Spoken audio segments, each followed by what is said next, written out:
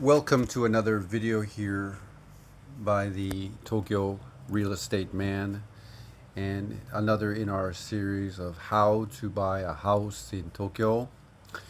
However, in this video, we've ventured here to the city of Kyoto, and I'm always interested in Kyoto because during the next stage of my life, after I've moved away from Canada, I plan to live here, and I've been there many times, and I like it very much. My wife isn't so much on board with it as much as I am, but uh, I thought that we could look here at this house here in Ayabe, Kyoto. And I don't know Kyoto as well as I do know Tokyo, but I'm very interested in it.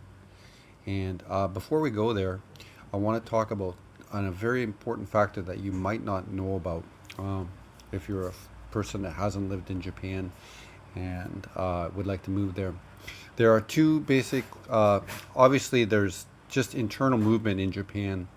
Uh, and the internal movement in Japan is no different than you see here in North America over the last 100 years. And that's people moving to the urban centers. Uh, in the north, the people from Tohoku, like my wife, for example, they move into Tokyo. Okay, they're drawn to Tokyo for its economic opportunity, or let's say they come from like my wife's didn't. My wife's got a very good family, but she didn't really.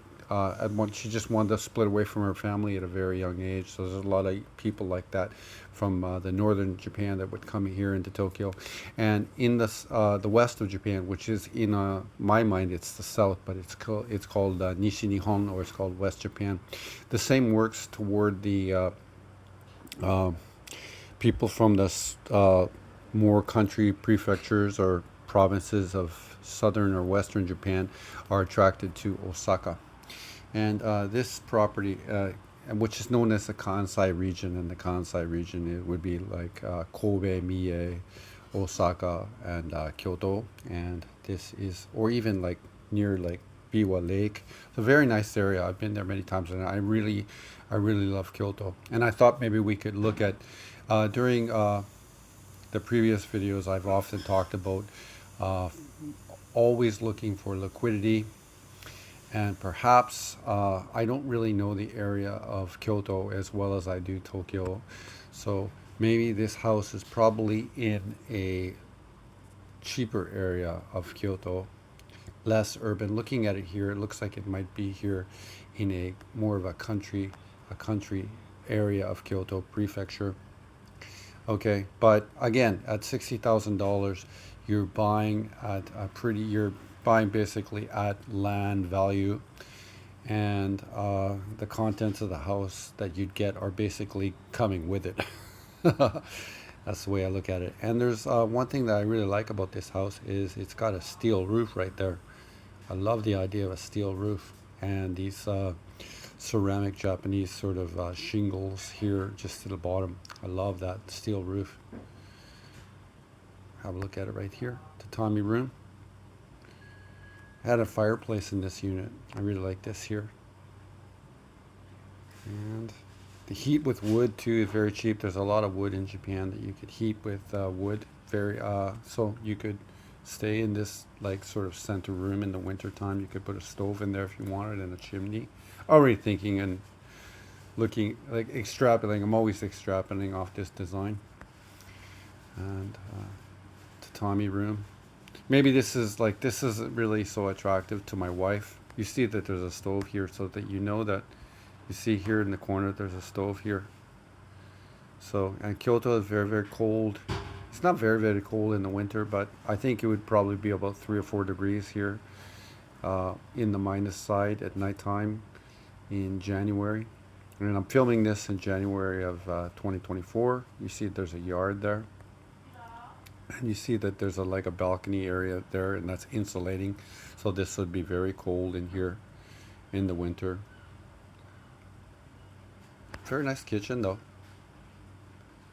This is a nice property. I really liked it. $60,000 can you lose? And you can live in Kyoto. You can have a car.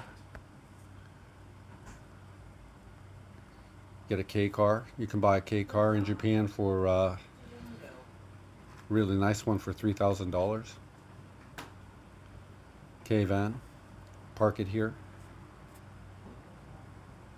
Just like this here. And again, it's in Ayabe, Kyoto. And I don't know it so well, but I thought that this is a really nice house in a town that I really like. I like Kyoto, and I like Tokyo.